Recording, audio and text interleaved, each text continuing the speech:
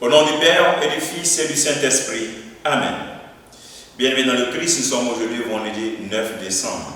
Et la parole de Dieu qui nous est proposée est extraite de l'évangile de Matthieu chapitre 11, versets 16 à 19. Viens Esprit Saint, remplis nos cœurs de ta lumière. Envoie d'en haut un rayon de ta lumière. Couvre-nous, ouvre notre intelligence et dispose notre cœur à recevoir ta parole. Ô Seigneur, envoie ton esprit et tout sera créé et tu renouvelleras la face de la terre. En ce temps-là, Jésus déclarait aux foules, à qui vais-je comparer cette génération? Elle ressemble à des gamins assis sur les places qui en interpellent d'autres en disant, nous avons joué de la flûte, vous n'avez pas dansé. Nous avons chanté les lamentations, vous n'êtes pas frappé la poitrine. Jean est venu, en effet, il ne mange pas, il ne boit pas, et on dit c'est un possédé. Le Fils de l'homme est venu, il mange et il boit, et l'on dit, voilà un glouton, un ivrogne, un ami des publicains et des pécheurs. Mais la sagesse de Dieu a été reconnue juste à travers ce qu'elle fait. Acclamons la parole de Dieu, louange à toi Seigneur Jésus.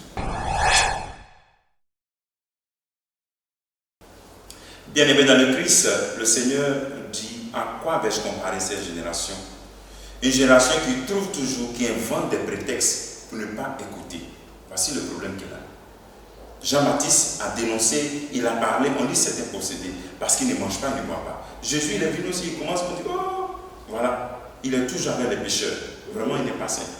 Voilà. Il mange avec les pécheurs. Donc, ce sont la question des prétextes de la vie spirituelle. C'est-à-dire que nous, les chrétiens, nous risquons, en utilisant chaque fois des prétextes, de voir la parole de Dieu nous échapper et de ne pas rentrer dans la grâce de Dieu. On trouve toujours souvent des prétextes. Souvent, nos prétextes, c'est à deux niveaux. On trouve des prétextes sur le message, sur le messager. C'est-à-dire celui qui donne la parole. Là, on peut dire non, voilà, celui-là il parle trop. Le père là il parle trop. Ce prédicateur là, oui, celui-là qui est bon. Ou bien on va dans les évangélisations à cause des prédicateurs. Ou bien parce que lui-là il est bien, parce que lui-là il chasse. Donc, à cause du messager. Voilà, donc c'est ce qui nous motive, ce n'est pas le message, ce n'est pas le contenu, ce sont des prétextes. Et ça nous éloigne de la parole de Dieu, ça nous éloigne de la grâce de Dieu.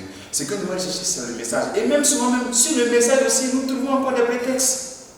Sur le message, Jésus nous dit, pardonnez.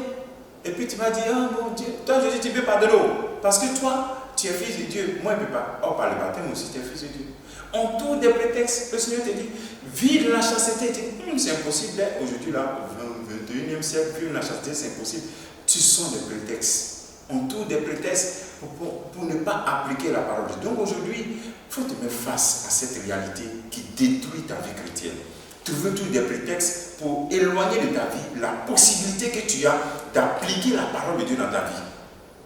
On chante des chants de joie, tu danses. Des chants de deuil, tu es en deuil.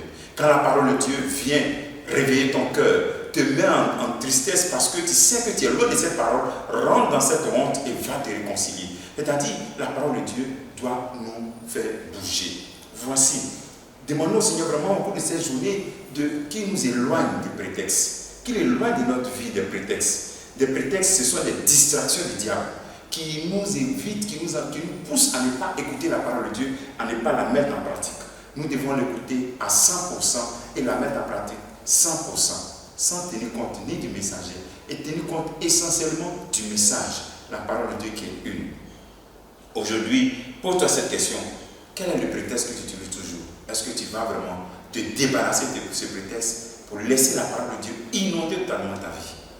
Que le Seigneur te bénisse, qu'il nous bénisse tous en ce jour, au nom du Père et du Fils et du Saint-Esprit. Amen.